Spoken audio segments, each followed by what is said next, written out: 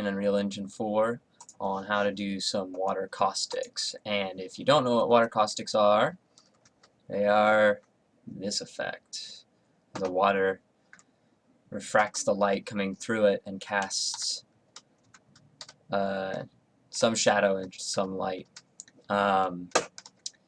This is a follow-up to my previous water volume video, so if you're looking at this and you're going, wow, look at those bubbles, that looks great, and look at how it's all blurry, the farther back you go, and look at the sun coming down, that's all through a post-processing volume, and you can check out my previous video, which I will link when I actually upload this later. But yeah, watch that. Alright. It works. I always check my stream in another computer because I've had problems before. So I'm going to go through how to create this caustics effect and what all goes into it, as well as some of the benefits and drawbacks of doing caustics this way. So I guess we'll go ahead and get started.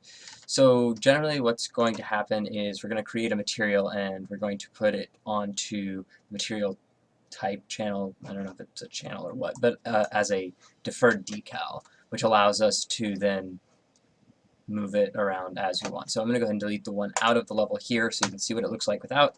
Very, very flat.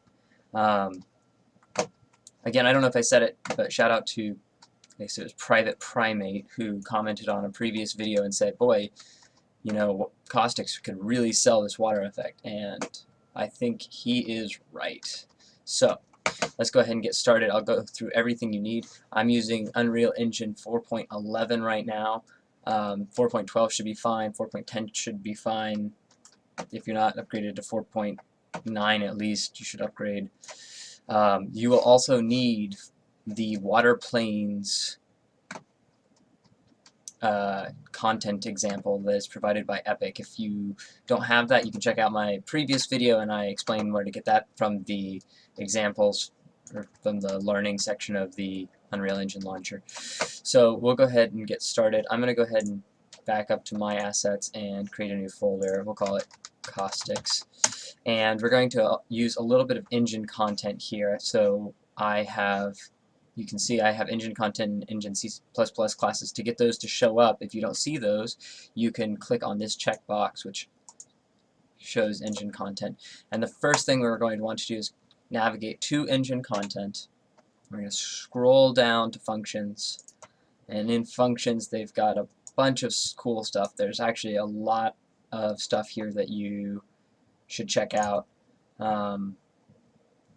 They've got all kinds of cool functions that you can drop into your blueprints. The one we're going to be using is in this third box, and it is in complex motion. And we don't need the normal because it's just going to be light. So yeah, if you ever do, if this gives you some great ideas for textures on objects that you want to be moving around, maybe like tree bark that like moves or something like that, you're going to want the normal as well, and you're going to want to pump it into the normal of that material. But we don't need that, so what we're going to do is we're going to take this and we're going to drag it up to my assets, and we're going to copy it here. And we're going to go ahead and go into my assets and then drag this up into Caustics, and we're going to move it here. So now in Caustics we've got this material function, and I'll explain a little bit about what that is once I get into the material that we're going to be doing. We're also going to want to go into the water planes folder, which once you add the water planes from the content example to your project, this folder will show up. You're going to navigate down to translucent, and you're going to go to materials, and we're going to open up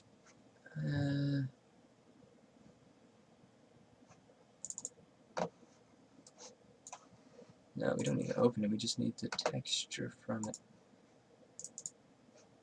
Where is it?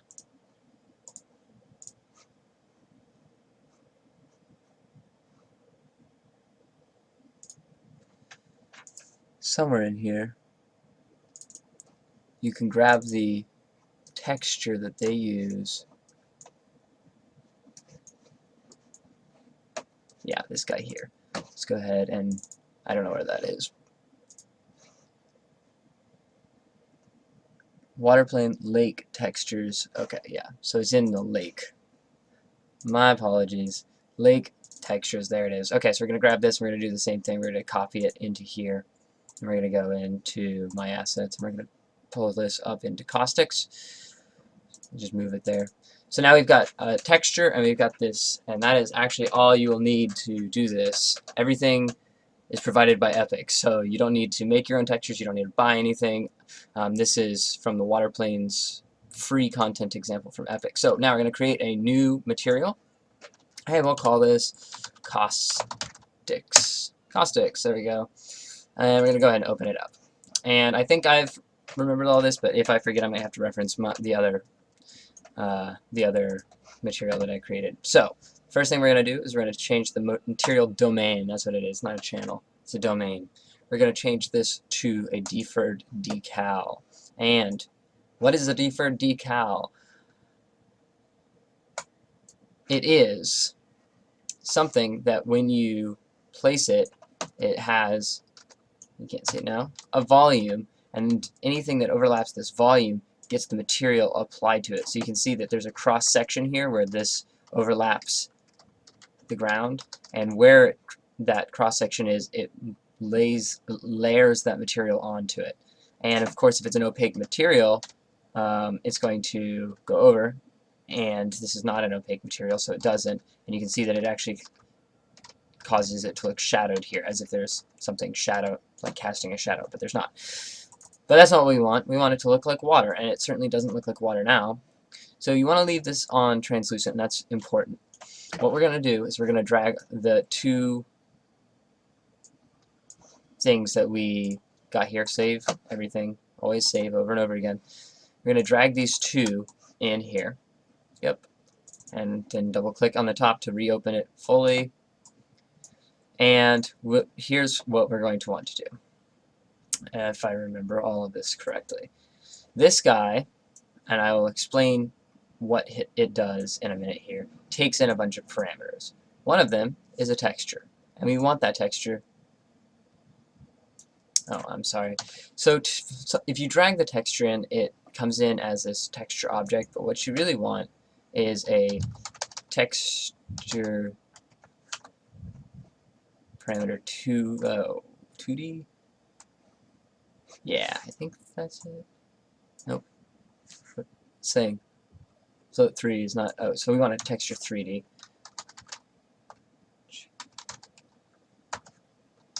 And so you can't find it very easily, sometimes this way. So what you need to do is, and actually maybe it's T2D. So yeah, see that it's texture sample. That's not it either, is it? Nope. Okay. So to get this, the best way I can find is just to do this texture object. Don't know why, but that's the way that I had to do it. Actually,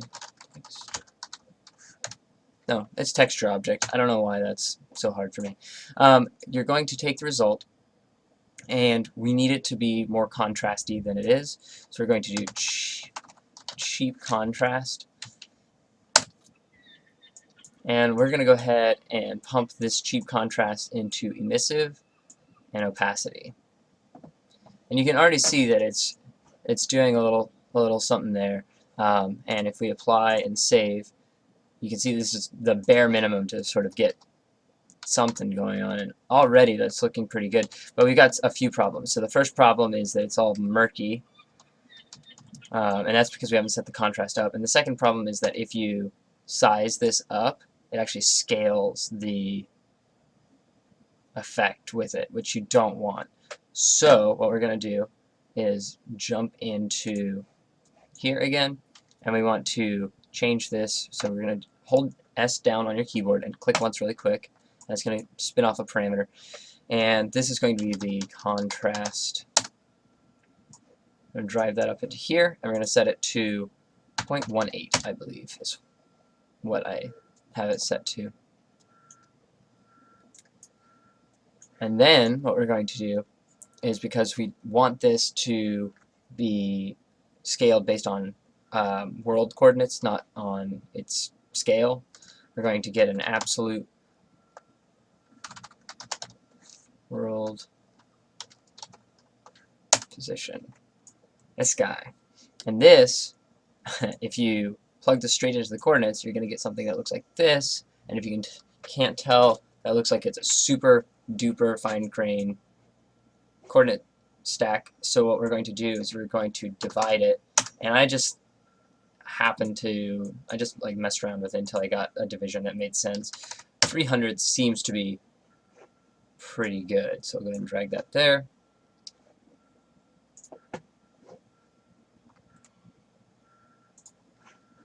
And there you have it.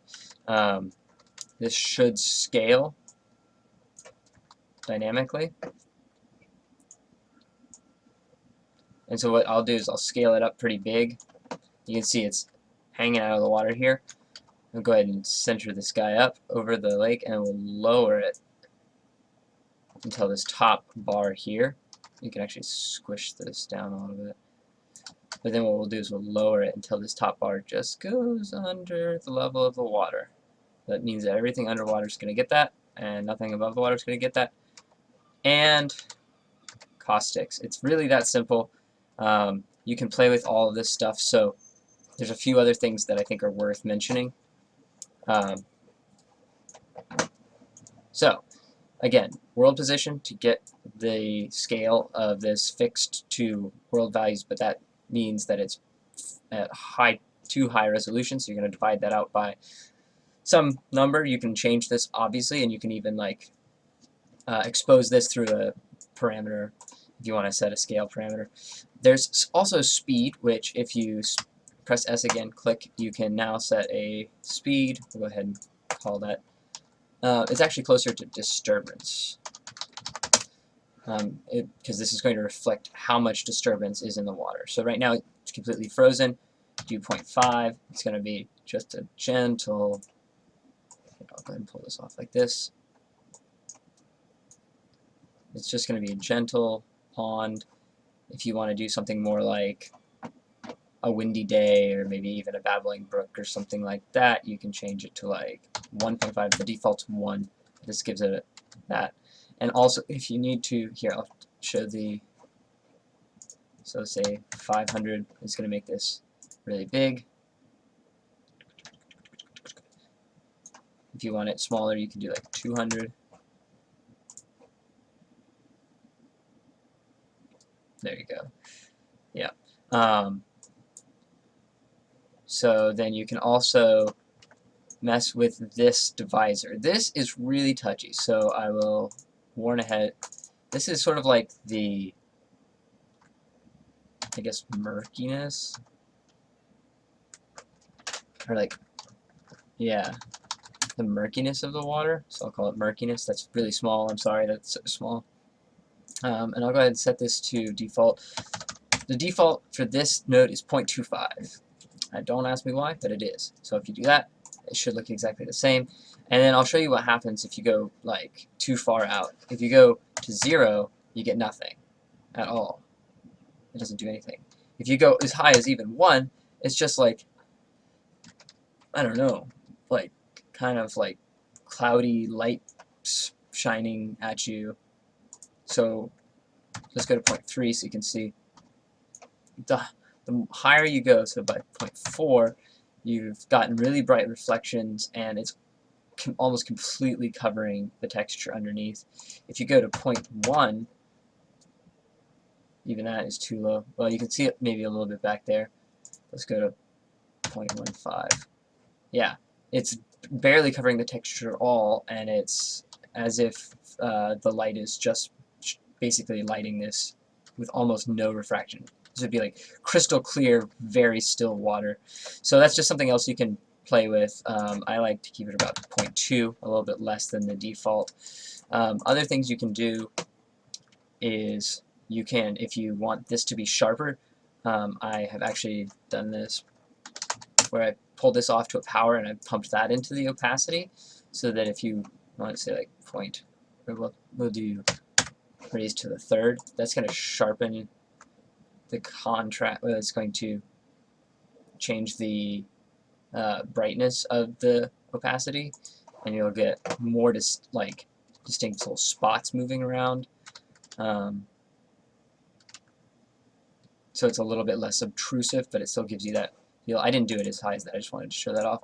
I do something around like I do 1.5, say 5, something like that. So it's a little bit,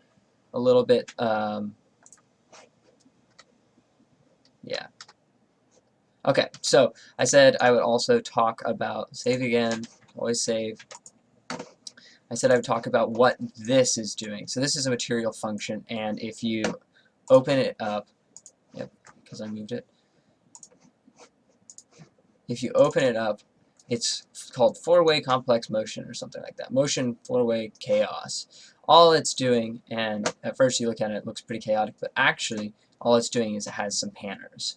And what a panner does is it takes the coordinates that you hand it, and over some specified amount of time, it moves a texture. It loops a texture in a direction that you've decided. What direction is it? Well, this is giving it 4 separate directions, and then each of those directions has the same texture applied to it. So what this is actually doing is it's adding 4 different versions of the same texture, all moving in 4 different directions. And those directions are, I don't know if you can tell, there's one that's going this way, there's one that's going up this way, there's one that's going just about, let me see if you can find it, this way, yep, just about that. I follow those little clouds there. And then there's one that's going just about this way. So they're not quite crisscross. They're like this, like this, like this, and like that. So almost cross. It's like a loopy cross of some sort. And so this takes in those 4 different parameters: the texture, the speed, the divisor, and the coordinates, and it applies this model to it. So here we have the input speed, we have the input texture, we have the input divisor, and we have the input coordinates, and that's how this works. Actually, not that complicated, surprisingly. And this is actually something worth mentioning. It's a very powerful thing, panners. It's also how you can get, say, wind billowing through grass without having to actually do any actual animations or move any polygons around whatsoever. You can make a material that you apply to a bunch of flat grass planes and then apply a panner that makes it look as if. And actually I have some videos up that if you go back and you look, there's grass that's moving using exactly that method. So that is it. I mean, that's really all there is. There's a few tutorials around that have, after this point, they have you adding a panner, but that's not necessary because this has panners in it. So you can add a panner, and if you do, I think you can actually add a panner that has a direction. You could probably get this whole thing to flow in a direction if you wanted to, so that maybe you have like some flowing water, but not necessary. I don't know why everybody online does that. Oh, so why a deferred decal rather than, say, a material? So I'll go ahead and copy this, duplicate it, Caustics 2, and what we'll do is we'll take this off and we'll make it a surface property. Some other tutorials suggest a light function and stuff like that. So with stuff like that, you apply it to an object or to a material, or you can maybe blend materials, but it needs to, yep, let's save it. It needs to be applied to something, which is great, but then everything it's applied to automatically gets this sort of gray under background with that. But what if, say, I want to make this, instead I want to make it like, I don't know, black. Let's see if I have, yeah, black unlit material. Or what's this? A coat? Clear coat black? No, I don't want that. Just do this. Oh, hey, the deferred decal still applies to it because this is inside of that volume. And if I lift this out of the volume, you can see it stops applying to it. So anything, if I were to say, then go and simulate physics and enable gravity and make sure that I'm on simulate, as this, I am sorry for grabbing you. It does that. If you grab an object while it's simulating, notice that. Isn't that just the worst? Why does it stop the simulation, the physics simulation when I move around? That's really unfortunate. Okay. Oh, it's actually landing on the water is what's happening. I don't want to do that. Well, I guess for now. I must have accidentally turned collisions on too strongly for the water, so we'll do this. We'll drop it in this way. Yep, there you go. So this applies to it now as it hits the water. And it applies correctly, dynamically. So, that's the benefit of using a deferred decal. And deferred decals are great. You can do all sorts of lighting effects in like the woods, on leaves, if you want dappled lighting on the ground or something like that, but you only want it in patches. You can create a deferred decal that does that, and then you can, you know, take the volume in, and you can also I don't know where my deferred decal is. Caustics, there it is, because I can't read. Alright, you can also rotate it to get, you know, all sorts of angles and stuff if you need. I think you can, I don't know if you can make the default shape a circle or not, but you certainly can, you can do a lot with it. Okay, I'll go ahead and undo the rotation thing. I'll do that. Okay. And the bubble should stop. So that's, I think, everything for today. I appreciate you watching. Hopefully that was a fairly short one. It looks like we're at about, oh, I don't know, 22 minutes. So I'll go ahead and stop the stream. I appreciate you watching. You guys have a grand day, and I will catch you next time. Hello. Alright. So I just put one stream up. I cut that off because I wanted that to be a specific video, so YouTube is processing that. I thought I would go ahead and jump back in and do a little bit more. I don't want to exit that. Do a little bit more work in Unreal. I've got a personal project I'm working on right now. So I thought I would jump in and work on that for a while. I'm not sure what I'm going to get done on it today. I don't even have a plan for it today. I just...